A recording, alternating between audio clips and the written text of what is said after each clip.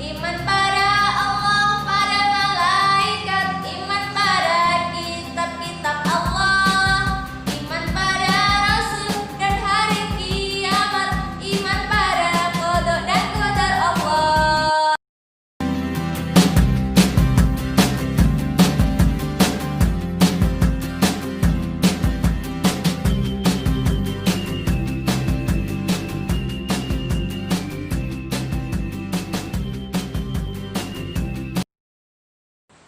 Assalamualaikum warahmatullahi wabarakatuh. Halo semuanya, anak-anakku yang soleh dan solihah, dimanapun kalian berada, semoga tetap dalam keadaan sehat walafiat dan dalam lindungan Allah Subhanahu wa Ta'ala. Sebelum pelajaran kita lanjutkan, Ibu mohon terlebih dahulu kalian ketik nama di kolom komentar sebagai bukti bahwa kalian telah menyimak video ini dan belajar dengan sungguh-sungguh. Oke. Dan nanti di akhir video ini ada latihan evaluasi yang bisa kalian kerjakan agar materi yang kalian terima bisa terserap dengan baik. Pada pembelajaran kali ini kita akan belajar tentang menerima qada dan qadar Allah. Namun sebelumnya mari kita berdoa terlebih dahulu. Berdoa mulai. A'udzubillahi minasyaitonir rajim. Bismillahirrahmanirrahim. Rabbi zidni ilma warzuqni fahma. Amin ya rabbal alamin. Pada materi kali ini kita sudah sampai di pelajaran yang ketujuh tentang menerima qada dan qadar Allah. Agar mudah memahami materi, Ibu akan mengelompokkan pembelajaran dalam beberapa bagian. Yang pertama, kita akan memahami makna qada terlebih dahulu. Paham anak-anak? Yuk kita mulai. Anak-anak masih ingat rukun iman yang keenam adalah percaya dan yakin tentang qada dan qadar Allah. Qada dan qadar tidak bisa dipisahkan karena qada dan qadar ini mempunyai hubungan yang erat. Yang pertama, mari kita memahami makna qada. Apa itu qada dari Allah?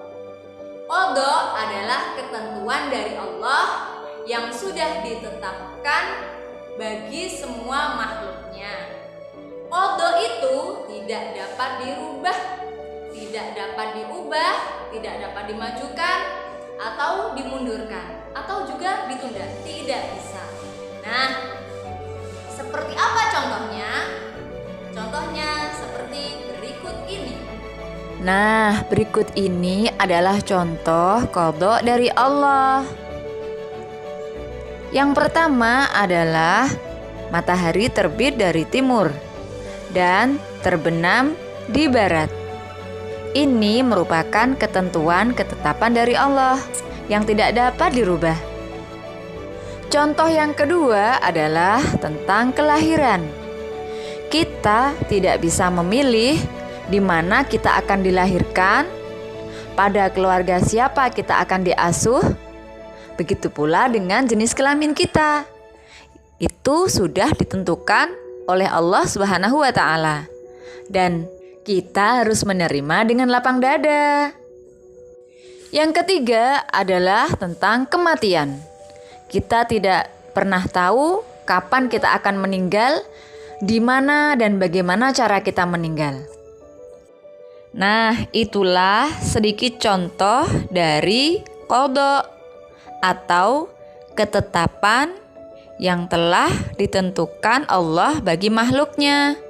Masih banyak contoh qada yang lain. Kalian bisa menemukan pada referensi yang lain. Qada bisa disebut juga dengan takdir mubram, yang tidak dapat diubah, tidak dapat dimajukan, ataupun tidak dapat diundur. Nah, itu tadi tentang pemahaman qada. Sudah paham anak-anak? Kita lanjutkan ke hikmah atau manfaat menerima qada dari Allah. Seseorang yang beriman atau mengimani qada dari Allah, ia akan melakukan hal sebagai berikut. Hikmah atau manfaat beriman pada qada atau ketentuan Allah adalah sebagai berikut. Yang pertama adalah lapang dada. Seseorang yang meyakini ketetapan dari Allah, dia akan berlapang dada atas semua kehendak Allah. Yang kedua adalah ikhlas, yaitu menerima segala bentuk karunia Allah dengan senang hati. Yang ketiga, rendah hati. Seseorang yang meyakini adanya ketentuan dari Allah, dia tidak akan pernah sombong, atau dia akan bersikap rendah hati. Karena dia yakin bahwa dia tidak akan mampu berbuat apa-apa tanpa pertolongan dari Allah. Yang keempat adalah hidupnya akan bahagia karena dia akan selalu bersyukur. Itulah sedikit dari hikmah beriman pada qada Allah. Untuk selanjutnya, mari kita pelajari bersama tentang qadar. Qadar adalah ketentuan Allah yang biasa disebut juga dengan takdir mu'allaq. Artinya, manusia diberikan kesempatan oleh Allah untuk berikhtiar. Berikhtiar atau berusaha dalam rangka mencapai apa yang diinginkannya. Misalnya, anak-anak mempelajari ilmu tertentu, misalkan matematika. Dalam mempelajari matematika, anak-anak harus belajar dengan sungguh-sungguh. Kalian tidak akan pernah bisa kalau tidak belajar dengan sungguh-sungguh. Betul tidak? Begitu juga dengan pelajaran yang lain. Anak-anak tidak akan pernah bisa kalau tidak bersungguh-sungguh dalam belajar. Untuk selanjutnya, contoh dari qadar adalah menghafal. Misalkan anak-anak yang soleh dan solihah ini ingin menjadi hafiz Quran, maka yang kalian lakukan adalah berusaha dengan sungguh-sungguh untuk menghafal Al-Quran. Bagaimana bisa hafal kalau tidak pernah membaca, menghafal, dan murojaah setiap hari? Maka harus berusaha. Tidak hanya itu, berusaha saja tidak cukup, harus disertai dengan doa. Selalu ingat, selalu mohon pertolongan kepada Allah agar dimudahkan dalam segala urusan. Oke anak-anak, firman Allah dalam Quran surat Ar-Ra'd. A'udzu billahi minasyaitonir rajim. Bismillahirrahmanirrahim. Lahu mu'aqibatum min baini yadayhi wa min khalfihi yahfazunahu min amrillah.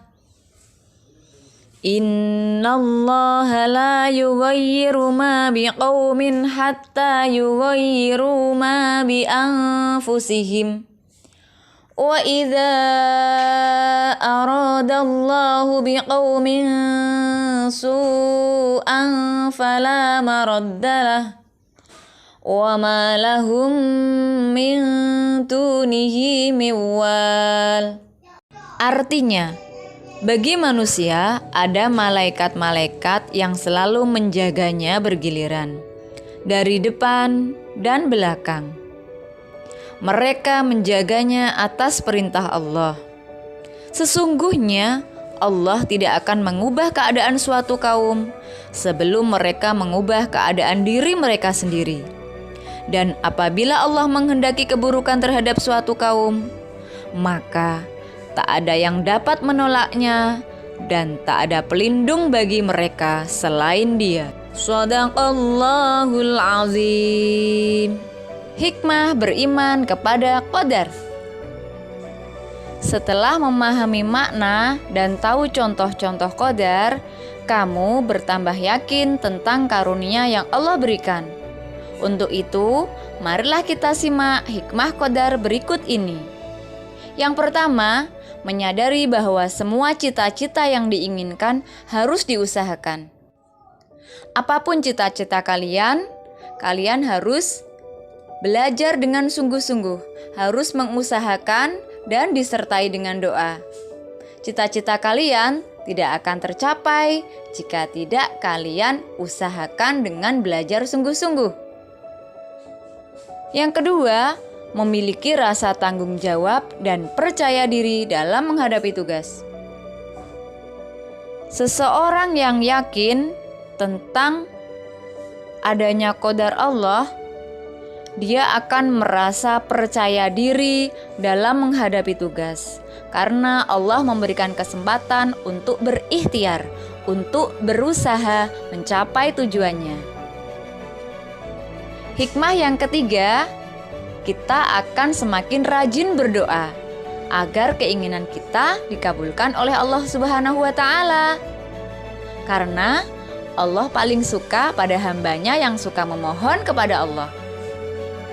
Paham anak-anak? Demikian materi yang Ibu sampaikan. Sekarang kita saatnya latihan evaluasi. Simak soal berikut ini ya. Oke.